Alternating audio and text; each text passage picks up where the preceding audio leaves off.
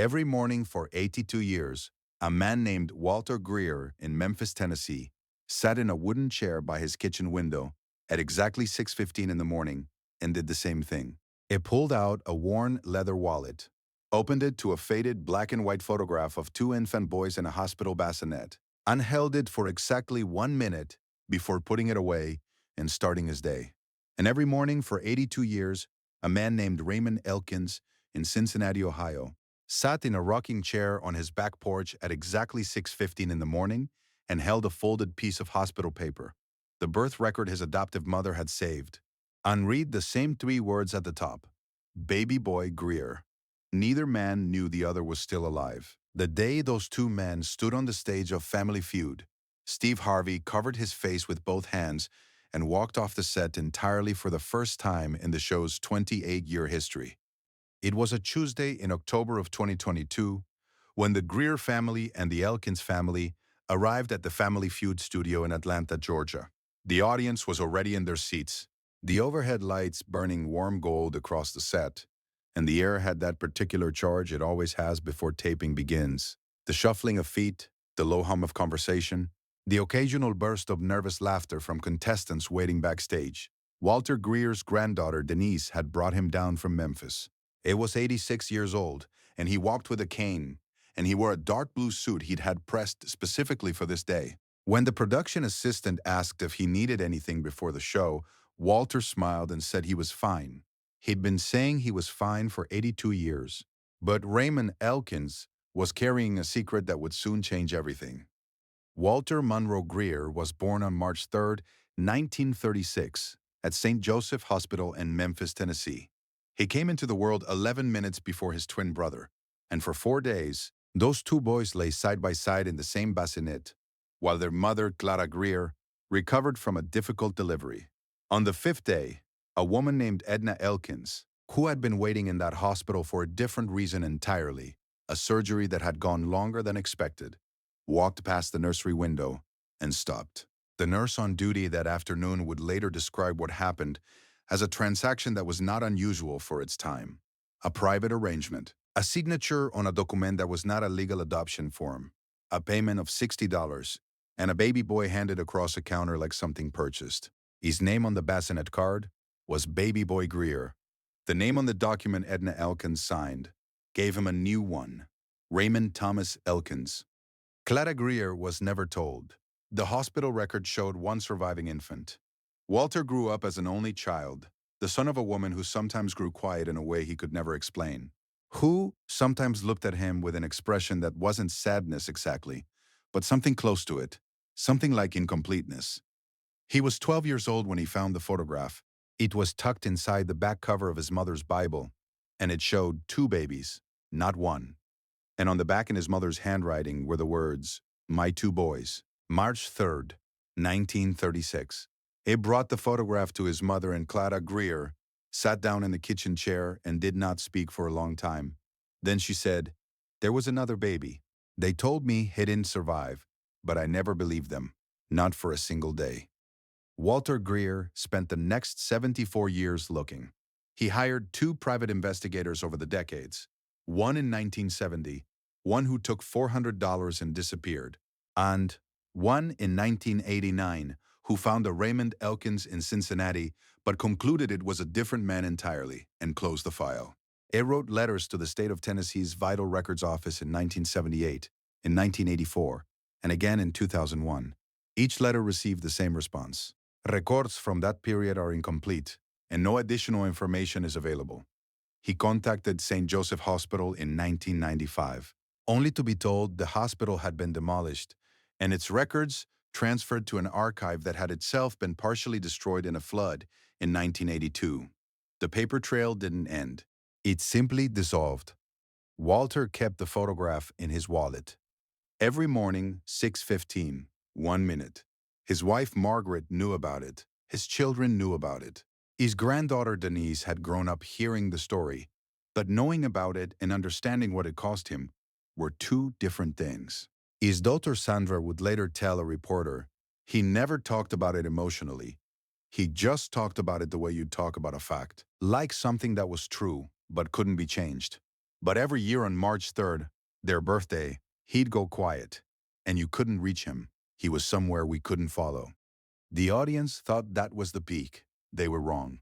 Raymond Elkins had his own version of the search. He was 63 years old when his adoptive mother, Edna, finally told him the truth. Told him that the name on his original record was Greer. That had been born in Memphis, that there had been another baby in the bassinet. Edna was dying and she wanted to unburden herself, and Raymond held her hand and told her he didn't blame her. And after she passed, he drove to Memphis for the first time in his life and stood outside the lot where St. Joseph Hospital used to be, which was now a parking garage. And they stood there for a long time. He was 63. He had 23 years of searching still ahead of him. His daughter Maya filled the application to Family Feud without telling him why. She told him it was just a fun thing to do, something for the grandkids. And Raymond had agreed because he was 84 years old, and he had learned to say yes to the things his children asked him to do. Eddie didn't know that Maya had written in the application's personal story section about the search, about Edna's deathbed confession, about the Memphis trip, about the 23 years.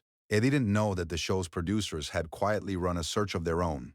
He didn't know that the name Walter Monroe Greer had come back in a database match 2 weeks before taping. Eddie didn't know that in 2 hours, he would walk onto a stage and find out that every morning at 6:15 in Memphis, a man had been holding a photograph of both of them. His youngest grandchild, a 7-year-old named Cody, had been sitting with Raymond backstage while the production assistants went over the rules.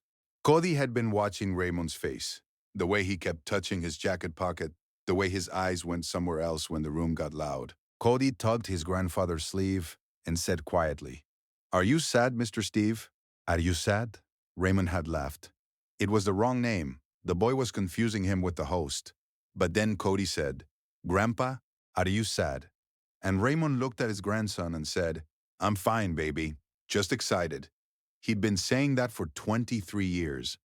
Steve would later call what happened next the most important moment of his career. The game had been running for 11 minutes when Steve Harvey held up his hand and stopped it. The producers in the booth leaned forward. This was not in the script. The audience fell quiet in a way it hadn't all episode. Not the entertained quiet of a crowd waiting for a punchline, but something different, something uncertain. Steve stood between the two podiums and looked at Raymond Elkins and said, "Mr. Elkins, I need to stop the game for a minute, and I need to ask you to trust me." Raymond's daughter Maya had her hands pressed together. The competing family, the Washingtons from Houston, Texas, stood absolutely still. Then the side door of the studio opened.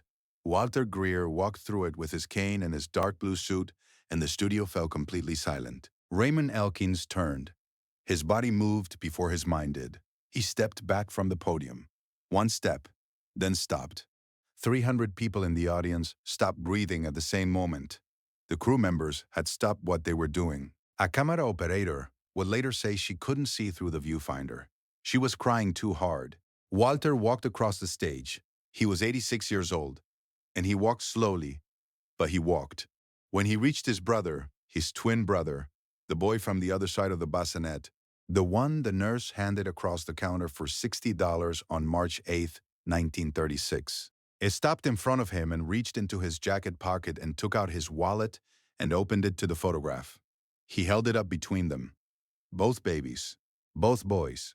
March 3rd, 1936. Raymond Elkins put his hand over his mouth. The studio fell completely silent. Steve Harvey froze mid-step. His smile was gone. He placed his cards slowly on the podium.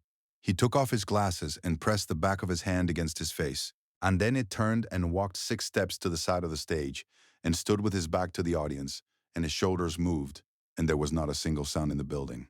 He wasn't finished. When Steve turned back around, his eyes were red, and his voice had changed. Not the television voice, the real one. He walked back to the podium and said, "I need to tell you something, both of you. I need to tell you something that I have never told anyone on this stage." He was quiet for a moment. The room held its breath. "I know what it is to lose family. I know what it is to be alone in a way that nobody around you can see. Because there was a time in my life, 1985, 1986, 1987, when I was living in my 1976 Ford Tempo, showering in gas stations, 3 years in that car, wondering if anybody in this world would notice if I was gone. He paused. And what saved me was one stranger telling me I wasn't invisible. Just one person. That's all it took. He looked at Walter and Raymond, both of them standing together now, Raymond's hand still gripping his brother's arm. Because 82 years ago I was you, both of you, trying to find a piece of yourself that got taken. He stopped. Then, you are not alone anymore. No one applauded. No one moved. Then Steve did something no one expected. He reached into his jacket, something hosts never do during tapings, and pulled out his phone. A stage manager took a step forward. Steve held up one hand without looking at him. He dialed. The studio speakers were live, and the call went out over the room. A woman answered. Steve said, Marcia, I need you to do something for me right now. His business manager. I need the number for the top genealogy legal team in Tennessee. We're filing for the full correction of a hospital birth record from 1936. Tonight. Whatever it costs. He listened. He nodded. Then he said, and set up the medical coverage, both men. Full coverage. Whatever they need, for whatever time they have left. He hung up and put the phone in his pocket. The audience exhaled like one organism. But Steve wasn't done. He turned to the competing family, the Washingtons, who had been standing in silence this entire time. The youngest Washington, a woman named Carla, had crossed the stage without being asked and was standing near Raymond Elkins with her hand on his shoulder. Steve sighed. The Washingtons just did something no script told them to do.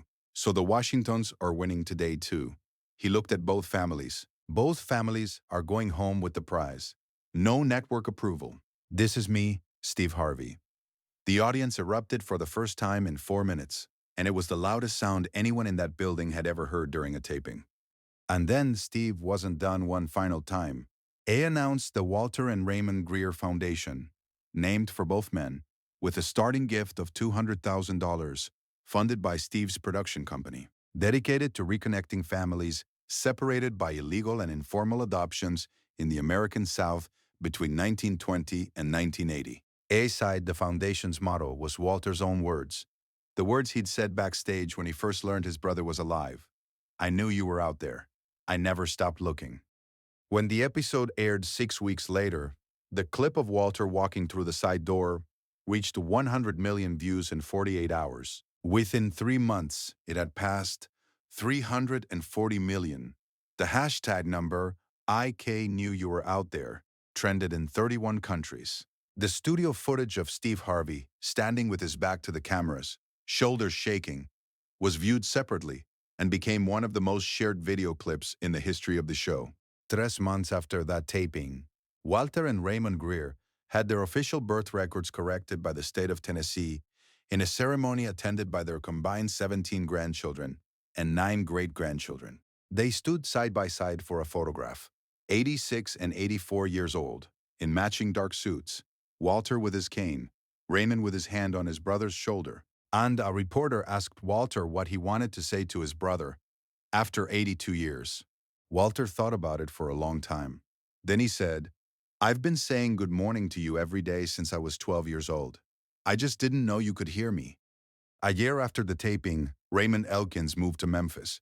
He and Walter lived 4 miles apart. Their families merged in the way that families do. Slowly, then all at once, with Sunday dinners and shared birthday celebrations, and children who would grow up not knowing there had ever been a world where these two men didn't know each other. Every morning, Walter still sat by the kitchen window at 6:15, but now he called Raymond instead of opening the wallet, and Raymond picked up every time. Today, the Walter and Raymond Greer Foundation has helped reconnect 212 families separated by informal adoption practices across 12 southern states. It has funded birth record corrections for 69 individuals. Its legal team has filed in 4 states on behalf of families who never knew they had a case to file. In a later interview, Steve Harvey said, I've done a lot of things in 30 years of television. I've had a lot of moments, but I've never seen 2 old men hold a photograph between them and both recognize themselves in it. That was the closest I've ever come to watching proof of something I can't explain. 2 years after the taping, Steve visited Walter and Raymond in Memphis. He came on a Tuesday in March, the week of their birthday. Walter made coffee, and they sat at the kitchen table, Steve and the two brothers. And Steve asked Walter about the photograph in the wallet. Walter took it out and set it on the table between them. The three men sat and looked at it for a while without speaking. Then Raymond picked it up and held it the way his brother had held it every morning for 82 years. Careful, like it could break. I didn't know about this, Raymond said. I didn't know he had this. And Steve Harvey, a man who had held it together on television in front of 300 people, put his head down on that kitchen table and cried. Some things cannot be recovered. Years cannot be given back. Mornings cannot be returned. But 82 years of holding a photograph of two babies and 615 rituals and letters to vital records offices that said records incomplete, and private investigators who pocketed $400 and disappeared. All of that had led to one Tuesday in October, one side door opening, one old man walking across a stage with a cane and a photograph, and a lifetime of not giving up. Walter and Raymond Greer did not get back the years they lost, but they got back something rarer than years. They got back the knowledge that the missing piece had always been missing on purpose, that it had been out there 6:15 every morning, reaching back. If this incredible story of two brothers finding each other after a lifetime apart touched your heart, subscribe to this channel and hit the like button. Share this with someone who believes it is never too late to find your family or your way home. Have you ever been reunited with someone you thought was gone? Share your story in the comments, because as Walter and Raymond proved, love does not have an expiration date.